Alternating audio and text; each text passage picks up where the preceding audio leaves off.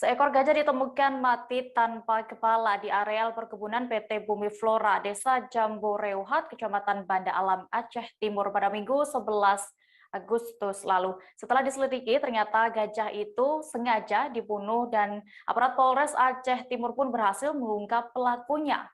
Mereka diketahui merupakan 2 warga Aceh dan 3 warga Jawa Barat. Pelaku pembunuh gajah dengan sengaja untuk diambil gadingnya. Detail informasinya akan disampaikan langsung oleh rekan wartawan Serambi Indonesia, Seni Henry, yang kini sudah bergabung bersama kami. Halo Seni.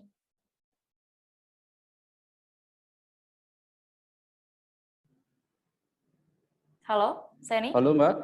Ya, Seni, bisa Anda informasikan detail bagaimana kronologis awal penemuan bangkai gajah mati tanpa kepala di Aceh Timur ini? Iya Mbak, terima kasih. Dapat kami laporkan bahwa penemuan bangkai gajah tanpa kepala ini pertama kali ditemukan oleh seorang karyawan perkebunan sawit, di mana beliau saat pergi memanen sawit kemudian menemukan gajah dalam kondisi sudah tidak memiliki kepala, yaitu peristiwa itu pertama kali ditemukan oleh karyawan pada Minggu 11 Juli 2021 lalu. Kemudian karyawan tersebut menemukan bangkai gajah tanpa kepala, kemudian karyawan ini melaporkan kepada seorang Babinsa dari Koramil Kecamatan Banda Alam. Kemudian Babinsa ini juga mengecek ke lokasi, dan benar ketika Babinsa tiba di lokasi menemukan bahwa bangkai gajah sudah tidak memiliki kepala dengan bekas terpotong di bagian leher. Begitu, Dea. Iya, lalu pasca ditemukannya bangkai gajah ini pada Juli lalu, ya, apa yang kemudian dilakukan oleh kepolisian Resort Aceh Timur? Ya, pasca ditemukannya bangkai gajah tanpa kepala, kemudian Polres Aceh Timur, khususnya melalui Satuan Reskrim Polres Aceh Timur bersama tim Balai Konservasi Sumber Daya Alam Aceh, juga bersama Balai Gakum LHK Wilayah Sumatera, termasuk bersama Forum Konservasi Loser, petugas polisi dan TNI dari Koramil Kecamatan Banda Alam bersama-sama turun ke lokasi untuk melakukan olah TKP dan melakukan nekropsi terhadap bangkai gajah tersebut.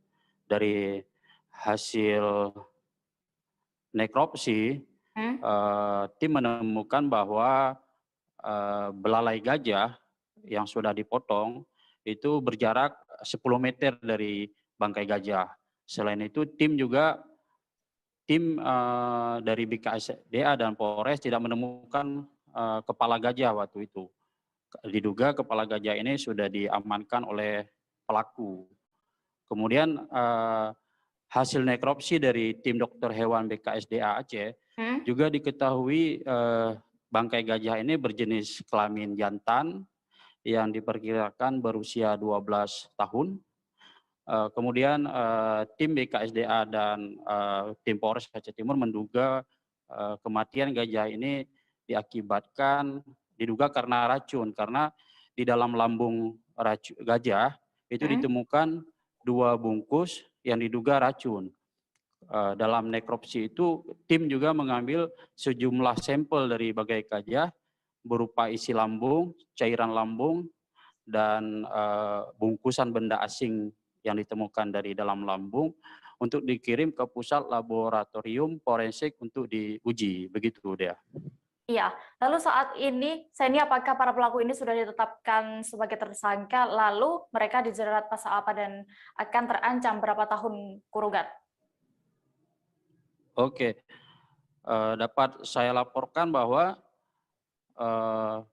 kemudian polisi melakukan penyelidikan sehingga berhasil menangkap 5 pelaku dalam kasus pembunuhan gajah ini.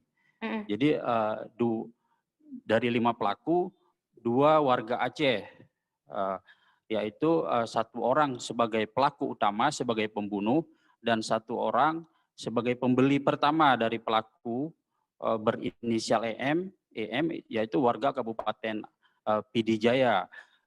Jadi pelaku EM ini pembeli pertama dari pelaku JN gading tersebut senilai Rp 10 juta.